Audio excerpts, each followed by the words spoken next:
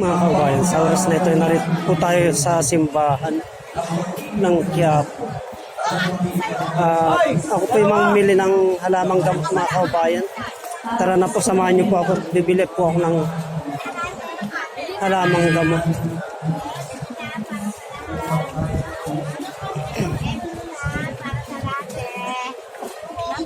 Bili na ate, para sa lahat. Bili na kuya, para sa lahat.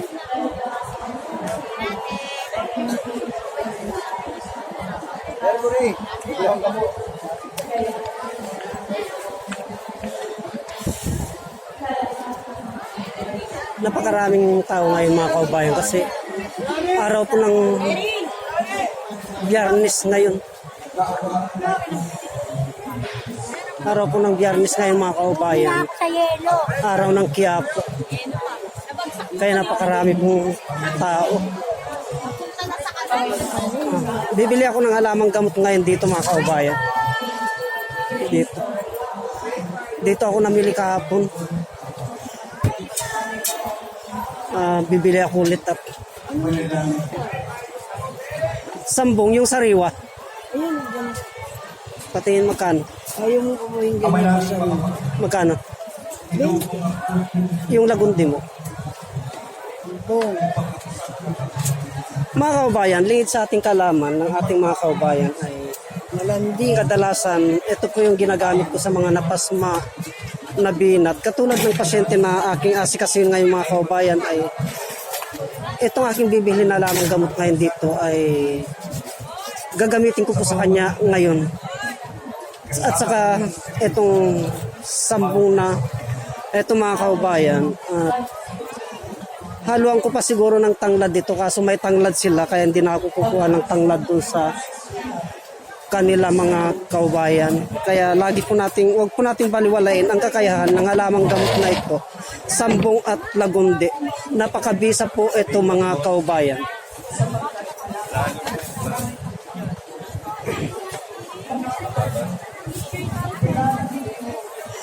Dito sa Quiapo, mga kaubayan, ay napakarami pong mga halamang gamot dito. Kaya suportahan po natin ang ating mga kaubayan na nabubuhay dito sa gilid ng simbahan ng Quiapo, nagtitiyaga na nagtitinda ng mga halamang gamot para sa ganun ay kahit pa paano ay kikita po sila, mga kaubayan. Antabayanan niyo po yung mga kasunod na videos nito. At live nito mamayang gabi, mga kaubayan, bandang alas 7.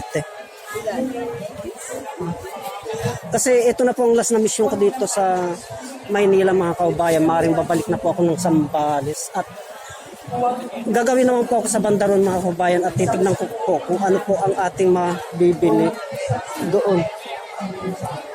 Lubigan sana, kaso may lubigan ka bang maganda yung laman? Patingin nga, madam. Lubigan pa pala, mga kaubayan, kailangan ko ng lubigan. Ang lubigan, mga kaubayan, ay isa din po ito sa ginagamit namin na panggamot sa gastric acid. At ito din po ay ginagawa namin pangkontra sa mga usugin na mga bata. Itong lubigan na ito, at kasalukuyan po siyang naglalabas ng lubigan, mga kaubayan. Antayin po natin. At kailangan po natin yung lubigan. Isa pa itong Daong Maria na ito, mga kaubayan. Itong Daong Maria na ito, kung niyo pong nakikita yan, tuwing magla-live ako at may nagtatanong tungkol sa mga karamdaman, tungkol sa tenga at sirang regla, ay yan po ang ginagamit ko. Madam, isang piraso lang. Ito, mga kaubayan, no? Ang ganda, mga kaubayan. Itong lubigan na ito, mga kaubayan, ay napakarami po tayong benepisyong nakukuha sa lubigan na ito. Kaya wag po nating baliwalain itong kakayahan ng lubigan. Isang piraso lang, madam. Magkano yan? Tignan nyo, mga kaubayan, napakamura na mga halamang gamot. Ito po ay pwede na pong panglunas sa mga karamdaman natin. Pakisiksik na lang dyan, madam.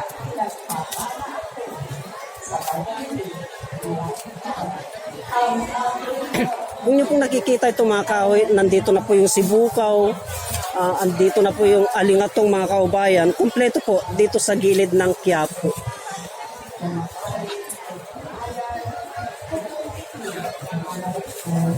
Okay. Thank you, madam. So, gagawin naman tayo sa gawin doon mga kaubayan at tignan po natin kung ano po ang ating mabibili sa gawin doon. Tara na po, samahan niyo po. Ay, ginseng was. May ginseng was ka? Wala. Doon tayo gagawin mga kaubayan sa banda roon. Ito umpukan na ito mga kaubayan. Yung